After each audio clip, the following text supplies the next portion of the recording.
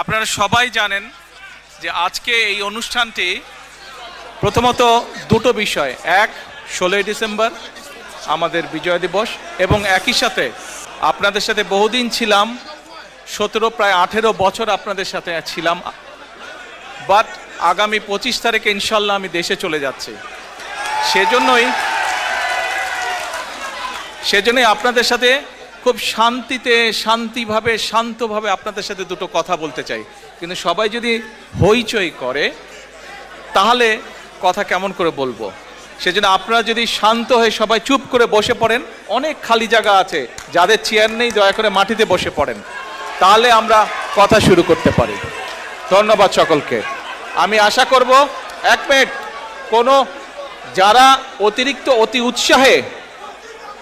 অতি উৎসাহে স্লোগান দিচ্ছেন, আমরা ধরে নেব যে আপনারা নতুন, কাজে দয়া করে নতুন যখন এসেছেন পুরাতন কাছ থেকে শিখে নেন কিভাবে দলের শৃঙ্খলা রক্ষা করতে হয়। সবাই শান্ত হয়ে বসুন, তাহলে আমরা দুটো কথা শান্তভাবে আদান প্রদান করতে পারবো।